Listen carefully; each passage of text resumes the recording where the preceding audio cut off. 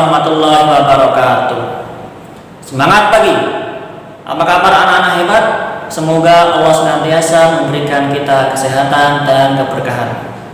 Anak-anak yang mudah-mudahan dirahmati oleh Allah, sebelum kita mulai pelajaran, marilah kita ikhlaskan niat kita untuk belajar. Kita simak video ini dari awal sampai akhir ya. Mudah-mudahan dengan keseriusan kita menyimak video ini, Allah memberikan kita kemudahan dan keberkahan.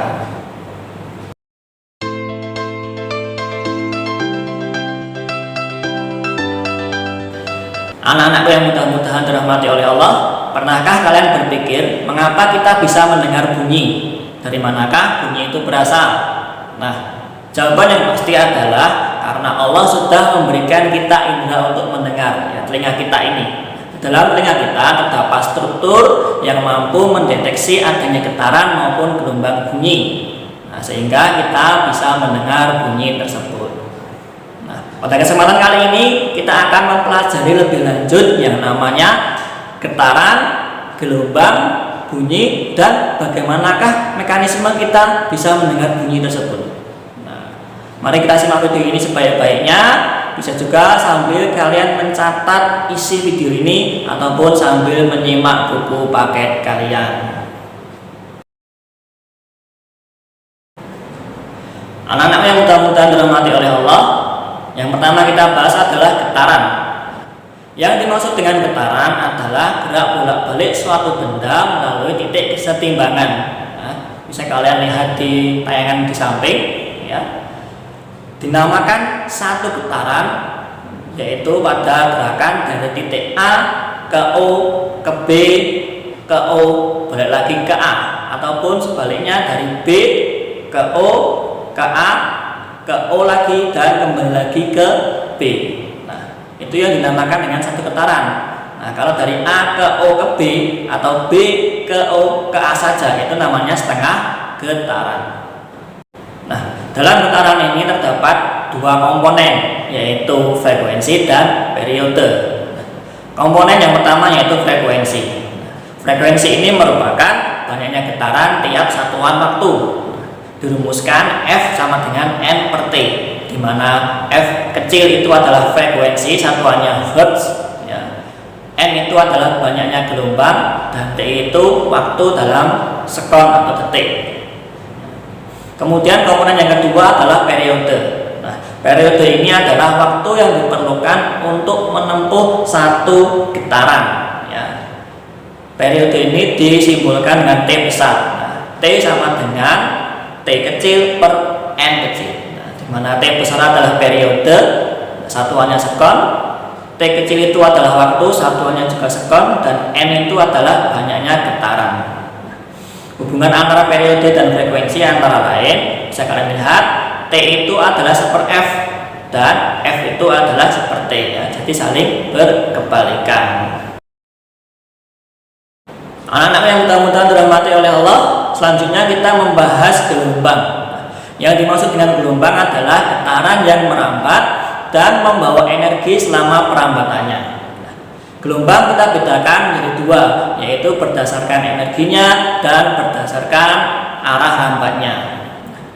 Gelombang berdasarkan energinya kita bedakan menjadi dua, yaitu gelombang mekanis dan gelombang elektromagnetis. Gelombang mekanis merupakan gelombang yang memerlukan medium atau perantara, ya, misalnya adalah gelombang air, gelombang bunyi, gelombang pada tali. Kemudian gelombang elektromagnetis adalah gelombang yang tidak memerlukan medium atau perantara ya, misalnya adalah gelombang cahaya, gelombang radio, dan gelombang televisi.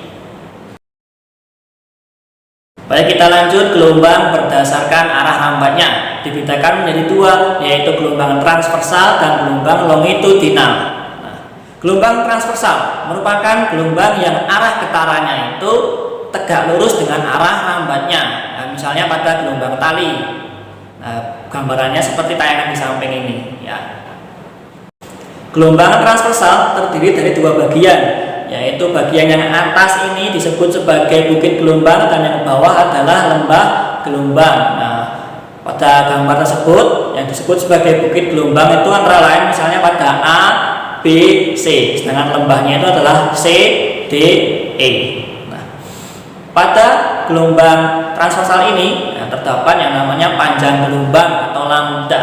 Nah, panjang gelombang transversal terdiri dari satu bukit dan satu lembah. Nah, atau satu lembah dengan satu bukit, bisa dibulak-balik ya. Ya misalnya satu lambda atau satu panjang gelombang transversal adalah A, B, C, D, E ataupun C, D, E, F, G. Nah, itu. Kita lanjut gelombang longitudinal. Nah, gelombang longitudinal adalah gelombang yang arah getarannya itu sejajar dengan arah rambatnya. Ya, misalnya adalah gelombang bunyi. Nah, gambarannya bisa kalian simak di samping ini ya. Gelombang longitudinal terdiri dari dua bagian, yaitu regangan dan rapatan. Nah, satu panjang gelombang longitudinal terdiri dari satu regangan dan satu rapatan. Nah, kalau satu regangan saja atau satu rapatan saja itu setengah panjang gelombang. Ya.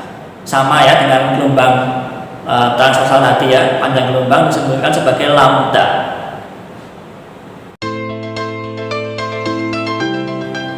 Anak-anakku yang mudah-mudahan dirahmati oleh Allah. Sekarang kita lanjutkan mengenai bunyi. Yang dimaksud dengan bunyi adalah gelombang longitudinal yang dihasilkan oleh benda bergetar dan dapat dirasakan oleh indera pendengaran. Bunyi itu bisa didengar jika memenuhi tiga syarat. Ya, yang pertama adanya sumber bunyi, kemudian ada medium atau perantara, dan ada alat pendengarnya. Kemudian, tidak semua bunyi itu dapat didengar oleh manusia. Sehingga nanti ada beberapa frekuensi bunyi. Ada tiga, yaitu infrasonik, audiosonik, dan ultrasonik. Yang pertama adalah infrasonik. Nah, infrasonik ini merupakan frekuensi bunyi yang besarnya kurang dari 20 Hz. Frekuensi suara ini hanya bisa didengar oleh antara lain pada jangkrik ataupun belalang. Kemudian frekuensi bunyi yang kedua adalah frekuensi audiosonik. Nah, yang nilainya adalah 20 sampai 20.000 Hz. Nah, audiosonik ini merupakan frekuensi yang dapat didengarkan oleh manusia. Kemudian yang ketiga adalah ultrasonik. Nah, yaitu frekuensi bunyi yang besarnya lebih dari 20.000 Hz. Nah, yang mampu mendengarnya antara lain pada kelelawar dan lumba-lumba. Nah, sebelum kita lanjut, sekarang waktunya tugas video. Tugas video ini, kalian cari bagaimanakah sistem kerja radar. Radar.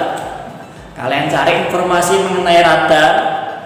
Kalian rangkumkan, antara lain cara kerja radar dan manfaat radar dalam berbagai bidang. Kalian rangkumkan, kalian tulis, kemudian kalian fotokan dan dikumpulkan di kolom foto yang sudah disediakan ya. Jangan lupa dikerjakan. Baik, kita lanjutkan. Yang terakhir adalah mekanisme mendengar. Secara singkat pada manusia dan hewan. Yang pertama, mekanisme mendengar pada manusia. Sebelum kita pelajari lebih lanjut, kita ketahui dulu indera pendengar kita ya, atau telinga kita.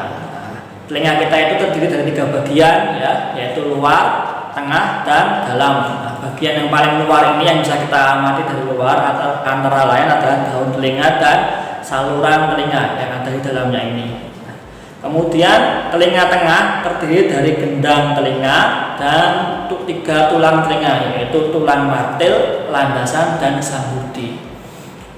Kemudian telinga bagian dalam terdiri dari saluran eustasius, rumah siput atau koklea, dan saluran setengah lingkaran. Untuk mekanisme mendengar secara singkat adalah berikut ini ya. Bunyi atau suara akan diterima oleh daun telinga kita. Kemudian dilanjutkan ke saluran telinga dan diteruskan sampai gendang telinga. Bunyi atau suara tadi akan menggetarkan gendang telinga kita. Kemudian getarannya akan diteruskan ke tulang-tulang pendengaran ya. Ada tiga tadi, yaitu martil, landasan, dan sambudi. Kemudian diteruskan ke rumah siput atau koklea.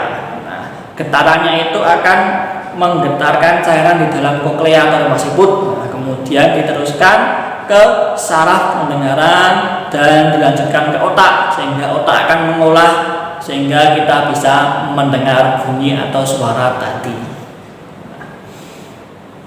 Sedangkan mekanisme pada hewan, mekanisme mendengar pada hewan, ada beberapa hewan yang memiliki kemampuan sonar, ya, sistem sonar, yaitu sistem yang menggunakan gelombang ultrasonik untuk menaksir ukuran, bentuk, letak, dan kedalaman suatu benda. Ya, ini biasanya terdapat pada kelelawar ataupun pada lumba-lumba, ya. Bisa kalian amati di gambar di samping ini, ya, bagaimana kelelawar dan lumba-lumba itu mampu menggunakan gelombang ultrasonik dalam sistem sonarnya.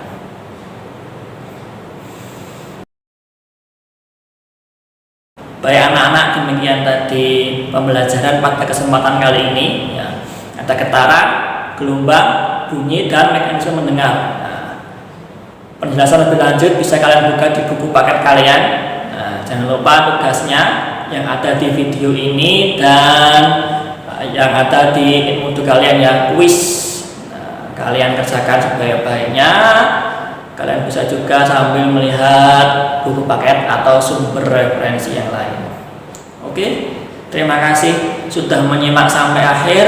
Semoga bermanfaat dan semoga Allah memberkahi kita semua. Ya. Saya akhiri. Wassalamualaikum warahmatullahi wabarakatuh.